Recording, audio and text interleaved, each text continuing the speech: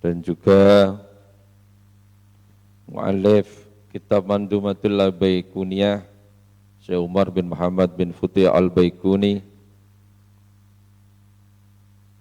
Al-Fatihah. A'udzu billahi minasyaitonir rajim. Bismillahirrahmanirrahim. Alhamdulillahirabbil alamin. Arrahmanir rahim. Maliki yaumiddin. Iyyaka na'budu wa iyyaka nasta'in. Ihdinas siratal mustaqim. Shiratal ladzina an'amta 'alaihim ghairil maghdubi 'alaihim waladdallin. Amin. Bismillahirrahmanirrahim. Qala al-mu'allifu rahimahullahu ta'ala wa nafa'ana bihi wa bi'ulumihi fid dharain amin. Rabbana iftah bainana wa baina qaumina bil haqqi wa anta khairul fatihin. Al-qismul awwalu al-hadisus sahihu. Al-qismul awwalu utawi bagian kang pertama iku al-hadisus sahihu aran hadis sahih. Awwalu wa sahihu wa matasal isnaduhu wa lam yushad wa lam yu'al yarwihi adlun dabitun an mislihi muntamadun fi dabtihi wa naqlihi. Awaluha utawi kawitane yang pertemuan kemarin nanti sebelumnya ada kata wadi min aksamil hadisi iddah. Lah niki awaluha haknya kembali pada pelajaran nanti kemarin. Awaluga utawi kawitane aksamul hadisi, pembagiannya hadis. Yang pertama iku as-sahihu aran hadis sahih. Wa huwa utawi hadis sahih iku ma hadis itazola kang tetemu apa isnaduhu sanate ma walam yusyad lan ora dipanjingi hukum syad apa ma istinya itu hadis walam yu'al lan ora dipanjingi elat apa ma yarwihi hale ngriwayatake hi ing ma sapa adlun wong kang adil dabitun kang kuat apalane amislihi sangking sepadane adil mu'tamadun kang bisa digawe tetanggenan fi dabtihi ing dalem kuat apalane dabit wa naqlihi lan oleh nukil sapa dabit ing ma. Hadis yang pertama, yang pembagiannya hadis kemarin dikatakan ada 34.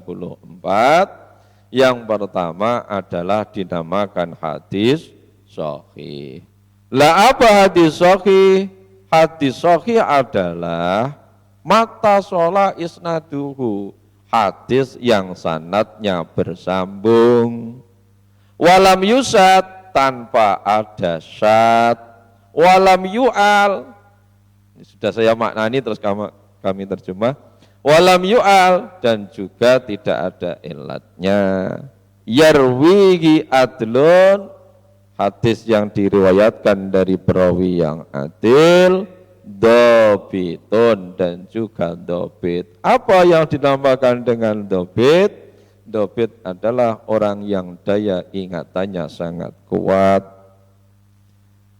Mu'tamadun fi dabtihi wa naqlihi, yang dapat dipegangi daya ingatan dan penyampaiannya. Itu terjemahan dari dua nadom yang membicarakan tentang hadis sahih.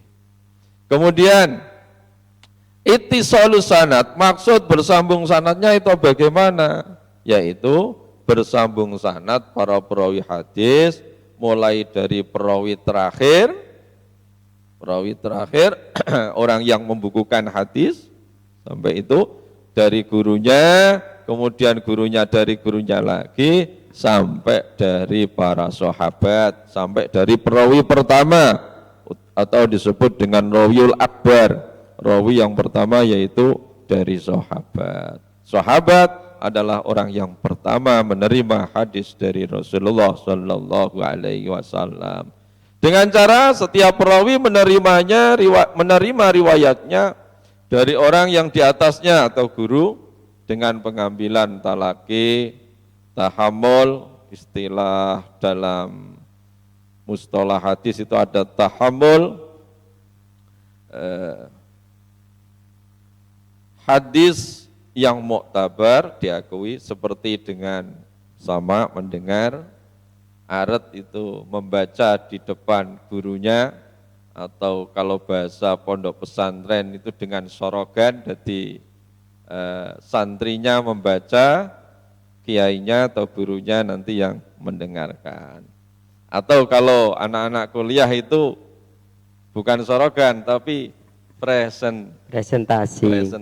Lah bahasanya cuman bahasa lah itu, cuman bahasa. Intinya itu sama, murid atau santri atau mahasiswa kalau kuliah itu presentasi di depan dosennya.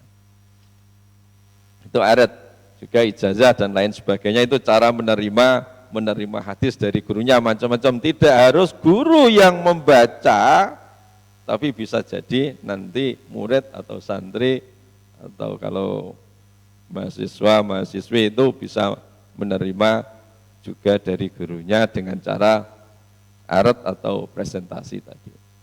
Kemudian itu ittisalus sanad. Kemudian yang kedua adalah walam yusyad. Apa syad itu? Bukan kok kali ini asad airnya tidak ada, itu bukan. La syad dalam istilah mustalah hadis itu adalah hadis yang matanya, jadi dulu pernah saya singgung, mustalah hadis itu yang membicarakan sanad dan matan. Jadi hadis syad adalah hadis yang matanya bertentangan dengan hadis yang lain yang lebih kuat atau lebih sikoh. Itu namanya syad. Jadi walam yusyad tadi, berarti hadis sahih ya tidak mengandung syad, harus tidak mengandung syad. Kemudian yang ketiga elat, walam yu'al tadi, nih saya jelaskan,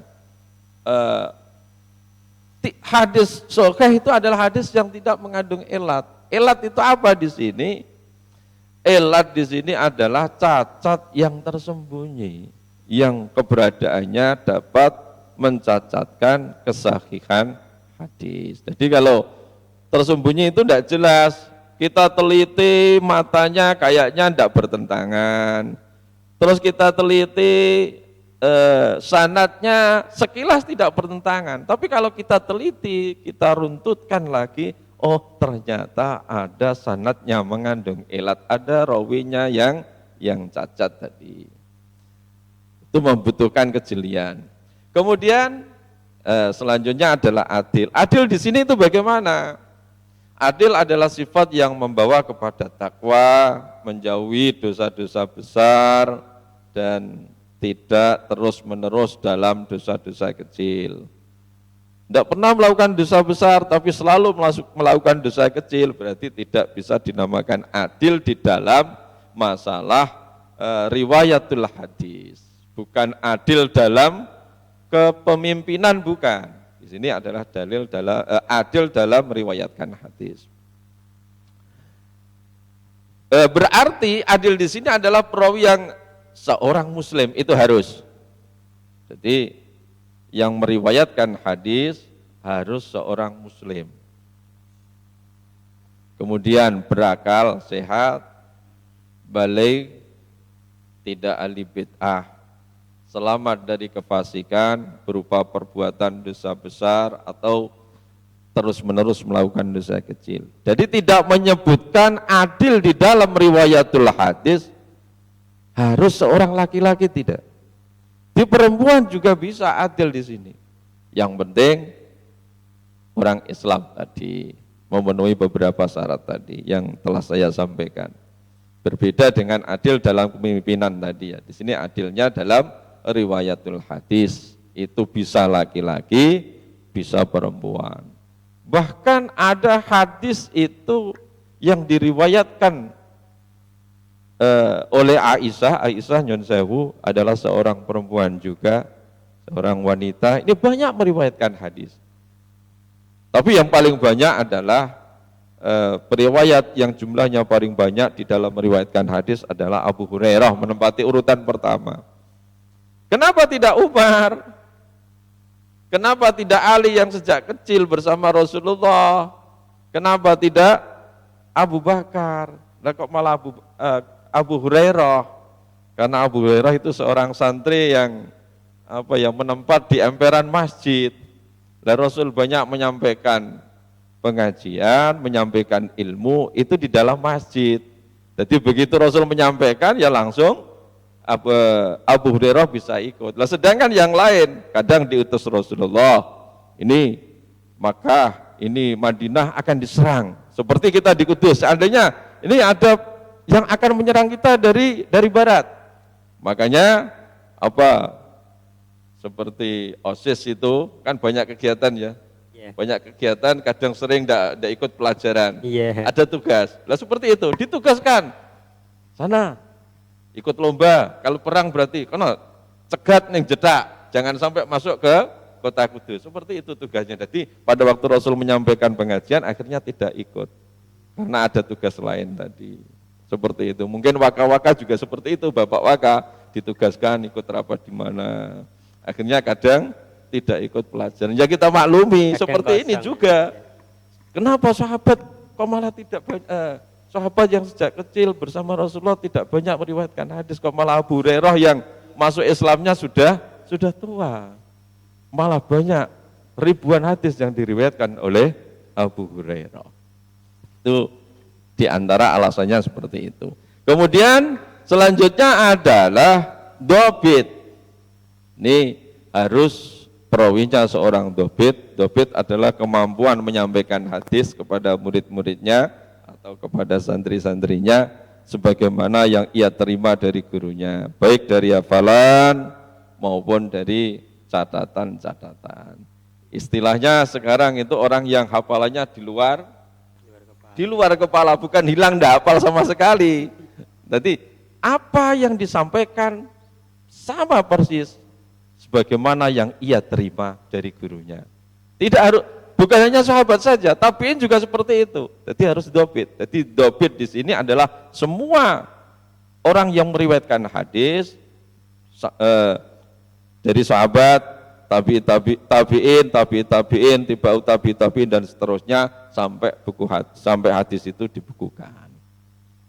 Itu harus dobit semua, bukan hanya satu perawi.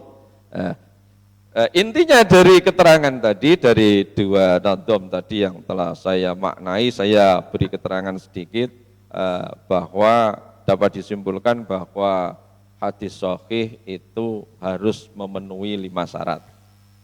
Yang pertama, sanadnya harus bersambung sebagaimana yang saya jelaskan tadi. Bersambung itu bagaimana? Kemudian yang kedua, matan hadis tidak sahih. Yang ketiga, tidak terdapat ilat. Yang keempat, para perawinya adil. Dan yang kelima, para perawinya adalah dobit. Di sini para perawi, bukan satu perawi yang dobit. Kemudian contoh hadis sahih saya temukan diantaranya dalam kitab Sahih Bukhari. Hadatsana Ismail qala hadatsani Malik an-Nafi an Abdullah bin Umar radhiyallahu anhuma. Kenapa anhuma bukan anhu? Karena Abdullah, Umar itu sahabat, Abdullah juga sahabat. Anna Rasulullah sallallahu alaihi wasallam qala la yabi'u ba'dukum ala bai'i akhihi. Janganlah seorang di antara kalian menjual di atas jualan saudaranya. Ini setelah diteliti baik Ismail, Malik dan lain sebagainya itu ternyata tidak ada yang elat, kemasukan elat tidak ada, yang tidak dobit juga tidak ada. Semuanya adalah orang yang dobit, semuanya adalah orang yang adil. Kemudian definisi hadis sahih yang disebutkan penulis di atas adalah untuk sahih lidzatihi.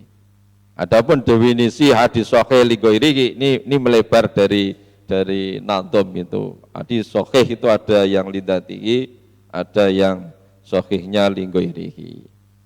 Lah hadis sahih yang li ghairihi adalah hadis hasan lidzatihi yang datang dengan dua jalur periwayatan atau lebih hingga saling menguatkan antara satu dan yang lainnya. Seperti saya temukan dalam kitab Sunan Tirmidzi, hadatsana Abu Quraib, hadatsana Abdatu bin Sulaiman an Muhammad bin Amr, bukan Umar karena ada wawunya, an Abi Salamah an Abi Hurairah qala Rasulullah sallallahu alaihi wasallam. Qala yang pertama itu dari Abu Hurairah yang ngendikan, qala Rasulullah berarti qala yang kedua adalah yang dawuh adalah Rasulullah. Bukan kok itu tulisannya keliru, bukan. Laula an asyqa ala ummati, matanya ini laula an asyqa ala ummati la amartuhum bisiwaki inda kulli salatin. Seandainya tidak memberatkan umatku, sungguh aku akan memerintahkan mereka bersiwak setiap kali hendak melaksanakan sholat. Kenapa ini termasuk hadis sahih li ghairihi? Pada hakikatnya hadis ini adalah berstatus hasan lidzatihi. Karena perawi yang bernama Muhammad bin Amr, tadi an Muhammad bin Amrin, Muhammad bin Amr terkenal orang jujur, tetapi kedobitannya, hafalannya, ingat hafalannya itu kurang sempurna. Derajat hadis ini naik menjadi sahih li ghairihi karena didukung oleh jalur periwayatan lain. Lah mana yang dukung? Ini kalau dalam kitab anak-anak mungkin tidak ada. Jadi yang dukung mana? Ini saya temukan keterangan seperti ini. Waqad rawah hadal hadis Muhammad bin Ishaq an Muhammad bin Ibrahim an Abi Salamah an Zaid bin Khalid an Nabi sallallahu alaihi wasallam. Hadis tadi, hadis yang saya sebutkan tadi, an hadatsana Abu Quraib yang matanya berbunyi laula an asyqa, ternyata didukung oleh jalur lain atau sanad lain yang matanya sama, cuman jalurnya yang berbeda, sanadnya berbeda nih. Muhammad bin Ishaq an Muhammad dan seterusnya sampai an Zaid bin Khalid, sahabat Zaid bin Khalid dari Rasulullah sallallahu alaihi wasallam. Wa hadisu Abi Salamah an Abi Hurairah wa Zaid bin Khalid an Nabi sallallahu alaihi wasallam kilahuma indi sahihun. Hadis yang diriwayatkan dua jalur tadi menurut saya adalah sahih. Li'annahu qad ruya min ghairi wajhin, karena ada riwayat bukan satu jalur. Nah ini yang menyebutkan didukung oleh hadis lain adalah hadatsana Hanad qala hadatsana Abdah an Muhammad bin Ishaq an Muhammad bin Ibrahim dan seterusnya yang bunyi matanya an Zaid bin Khalid al-Juhani qala sami'tu Rasulullah sallallahu alaihi wasallam yaqulu, ini bunyi matanya laula an asyqa ala ummati la amartum bisiwaki inda kulli salatin. Bunyinya sama, cuman jalurnya yang berbeda. Jadi ada riwayat tadi Muhammad bin Amr yang dobitnya kurang karena didukung oleh jalur periwayatan lain yang dengan matan yang sama, sudah barang tentu atau mirip yang sama bahasanya sekalipun redaksinya berbeda, ini bisa menjadi sahih yang asalnya hasan lidzatihi bisa menjadi sahih li ghairihi. Mungkin itu penjabaran yang agak meluas ya. Mungkin kalau anak-anak kok terlalu luas sih keterangannya ya, mungkin ambil yang simpel tadi di atas saja. Ya. Itu cuman pengetahuan saja. Mungkin ngeten ya matur suwun yaitu